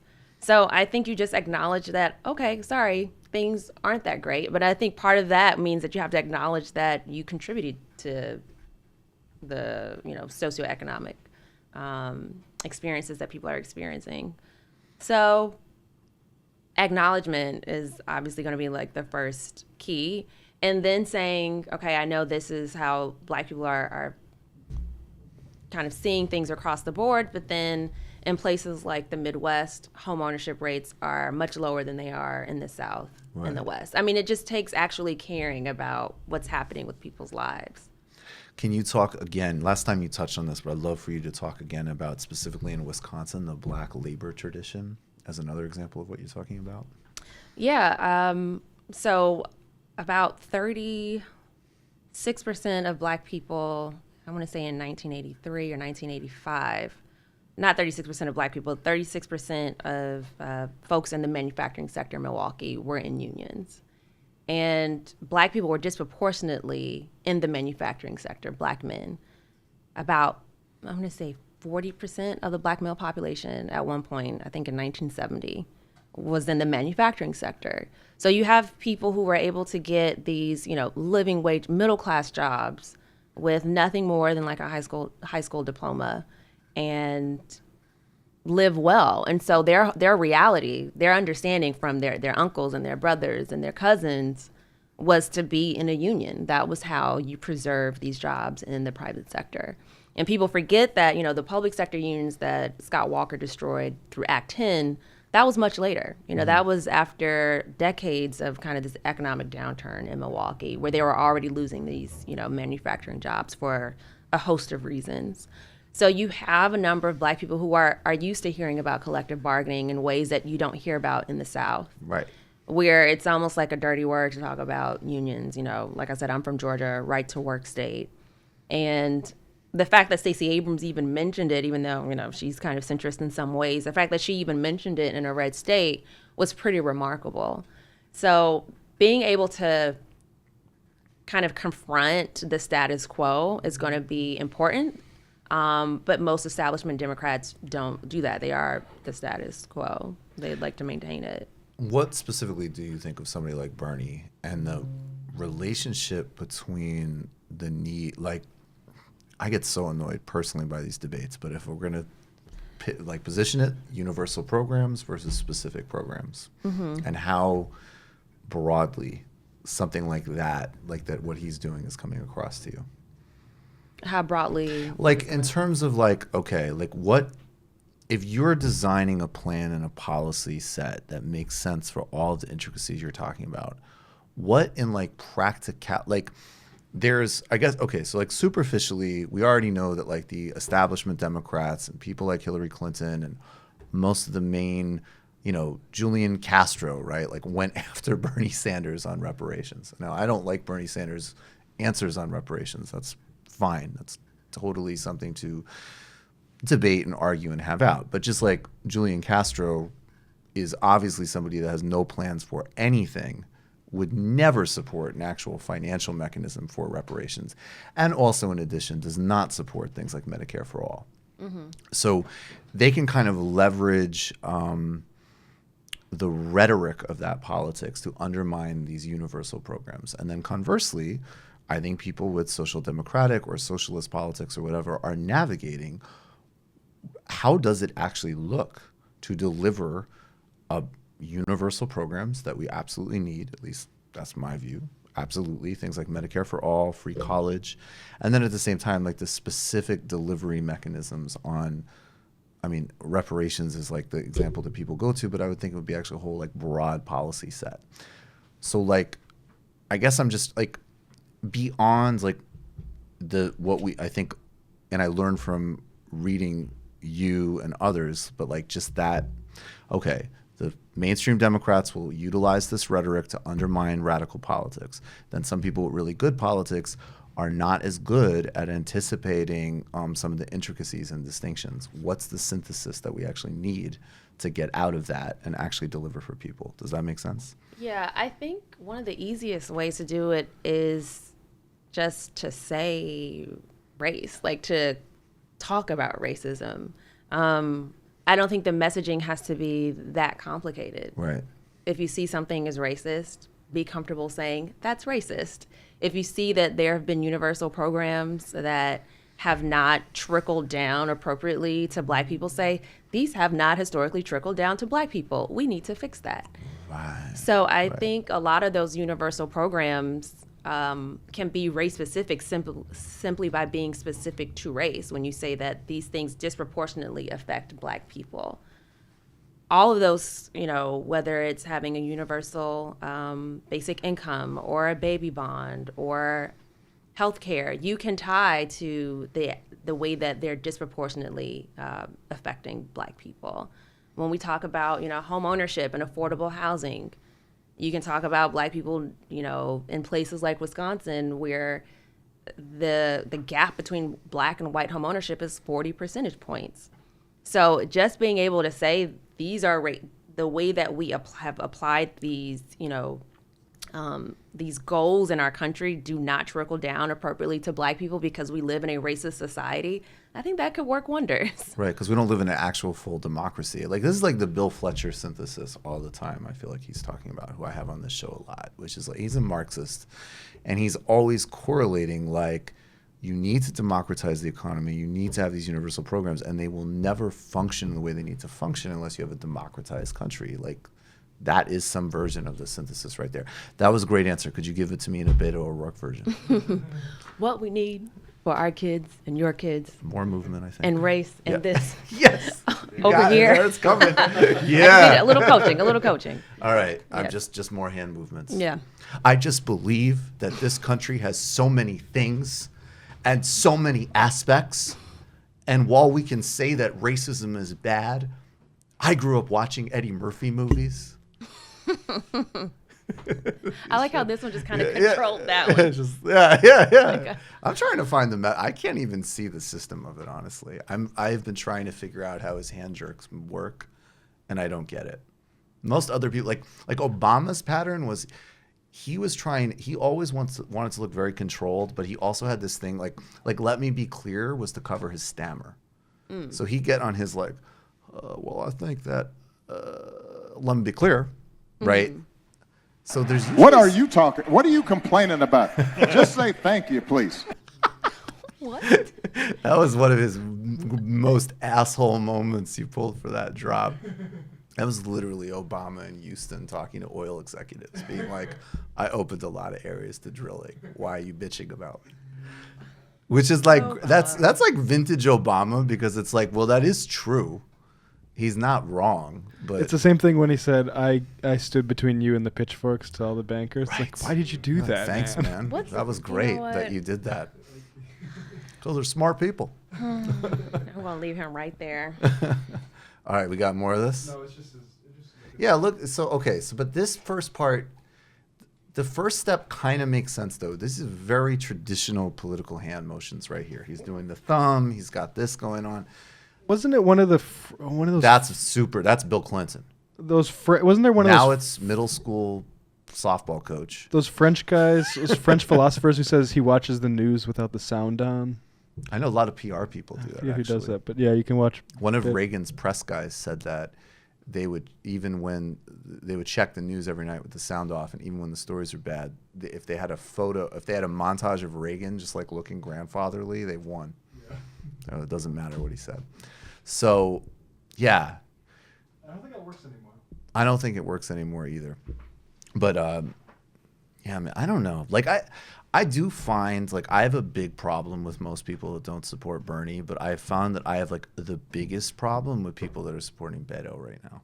Like there's always something you could say to me about another candidate that even if I don't buy it, doesn't fundamentally offend me. Mm-hmm. But the Beto shit is just like, are you fucking kidding me? Do you know a lot of people supporting him? I don't think I know anyone in real life. Oh, well. Yeah, I don't know. I'm including Twitter samples. I was just home in Austin, and there's a lot of people talking about Beto. Which Yeah, was a little exhausting, and I couldn't get them to tell me anything other than it's like, it's just we need youth and energy. To do what? To have youth and energy. To have youth and energy. So, to have the White House back, so we can all just stop paying attention. To It's like, but that's what. So people can go back to brunch. Yeah, exactly. Go back to brunch and watch HBO Go. But like, what's amazing is like, it's so specific.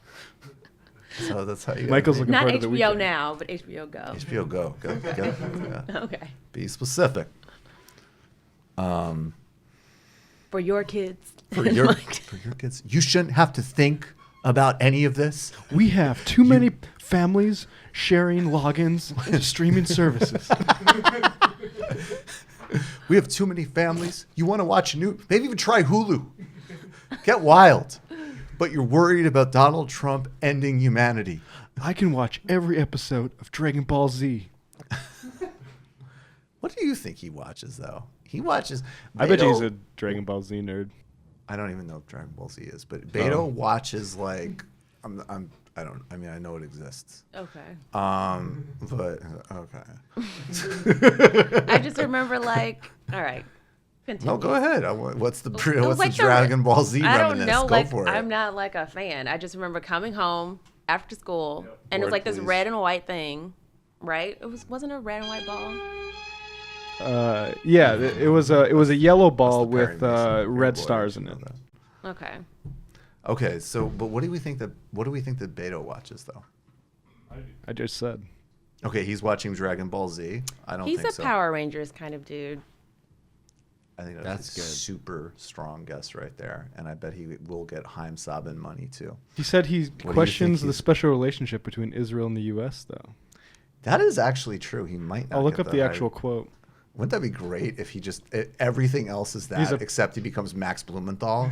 It's an occupation and it's racist. He just starts wiling out on Israel. Benjamin Netanyahu confirms every anti-Semitic stereotype you've ever seen. What if he's questioning it so it could be stronger?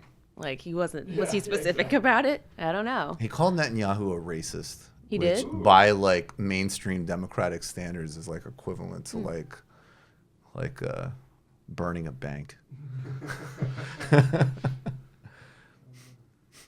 I'm Ilhan Omar in khakis. Yeah, he says, these truths that we hold so dear, that we are all created equal, all of us. Okay, let me try to skip to where No, just do it. All right, I'll do the whole thing just then. do it. Fuck Needs to mean all of us. Not relationships of convenience for short-term security gains, but relationships that allow us to continue to be the example for so much of the rest of the world. And we cannot be that if we do not believe in the fundamental human rights and human dignity and safety of our fellow human beings, regardless of what side of the line they may stand or sit on. Jesus Christ. Many words. All right, here's so many words. I prefer a Likud answer to that. I think we're getting to the meaning, the meat here. The only way that I know that we can help to secure that in the Middle East, specifically with the Palestinian Authority in Israel, is to have two states whose people are guaranteed their security, their safety, their dignity, and their political rights. Right now, of course, we do not have that. I can't read all this. You know what's so unfair about that? Do you remember when I interviewed on this show Kevin De Leon? Oh, yeah. Usually we don't interview politicians on this show, but I was like, whatever. He's taking, because of Kevin De Leon. And it was so unfair because it was the same morning. I did a pre-record with Mike Hanna, who's like a legendary journalist, and then Ronnie Casserols, who was literally an ANC revolutionary. And then we have on Kevin De Leon. And I'm keeping no professional etiquette here, but we asked him about Israel-Palestine, and he basically gave exactly the same kind of like wish-washy bullshit answer, but because he has he doesn't have any of that verbiage, it was just like, oh my God, man, this is boring. But Beto gets away with it. It's totally unfair. He was just like, yeah, people should be at peace with one another. Next, please. So he didn't do like the equivalent. No. I think I tweeted about this where you're trying to like fill pages of a book report. Yeah. So you just say all the words. No, I think you said that Beto's speeches remind you of like pulling an all-nighter. Did I? Is that what you said? Well, there's a lot of Beto. No, because there was one clip of Beto where it really like people were passing it around like this is great, and I was honestly like, is he having a manic episode? Like I don't know what the fuck he's saying. Even in the clip we played earlier, where he's like, there's all these filler words because he's like, it doesn't matter how old you are or how young you are. You won't have lived through a time it's like you could be so young that you lived through a time that was more corrupt than this, or like you get what I'm saying? Yeah. Like, there's no reason to have that in there, but he just goes. He makes you want to be a nerd. He's like, these are not meaningless words that I'm saying right now. Yeah, right. These are really important, and when you hear the soundtrack, you're gonna understand it. And when you see wheat fields and American flags rustling under this, you will be inspired to waste a lot more time with me being president. If he becomes president, I don't even know. I don't know. Anything's possible. He's like the opposite of Trump, where it's emptiness, but one is just like evil emptiness, and one is like do-gooder emptiness. And then one's fun emptiness and one's boring emptiness. Yeah, because Trump is a lot more fun. Trump's at least. Beto's not going to be. Trump's at least a And stand-up. by the way, they're all losers. I outraised all of them, probably because they're out of shape. By the way, John McCain did not thank me for the beautiful funeral I put on for him. I sent out a beautiful tweet about John, and even though we did not serve in the same body of Congress, I thought it was super low class that he didn't respond. Or shut his glad daughter he's up. dead. That's an angle. If Beto O'Rourke goes Trump, I'll like him a lot more. If we can't bury the legacy of John McCain right here, right now. And by the way, I'm sick of seeing his fucking daughter on The View. All right. Basically, Beto O'Rourke becomes me. Okay, we are going to go to the postgame. You're going to hang out with us for the first half of the postgame? Yeah. Awesome. All right. I want to thank everybody for making the show possible. I appreciate all of you patrons immensely, and I want to thank Matt and David and Forrest and Vic, who's making, dude, the ad for the illicit histories. Come on. It's amazing. Harvey K apparently is watching us live. Mentor Harvey K. Peace and love to Wisconsin, actually. Harvey K in Wisconsin. Very Wisconsin-heavy TMBS in general. In fact, in the post game, we have actually a really good clip of Nipsey Hussle we're gonna play. We have election updates in Turkey. We have AMLO's first 100 days. I know I said 100 years last week. I was really tired. The second, AMLO has not been in power for 100 years. Looking forward to the first 100 years of AMLO's reign. And then 75 years in, it's when the second edition of The Debunk with Ben Burgess. We're talking about this Sam Harris nonsense on Twitter. And I'll give you a little bit more of a tease of my book. Become a patron now, patreon.com/TMBS. Get your tickets to the Bootleg Theater on April 20th, the West Coast live show with all of us, plus Big Waz, Anna Kasparian, and Nando Vila. That show is going to be incredible. At the Bootleg Theater in Koreatown, April 20th. Get yourself set up, get yourself nice, and come see us. Patreon.com/TMBS. We'll see you in the postgame.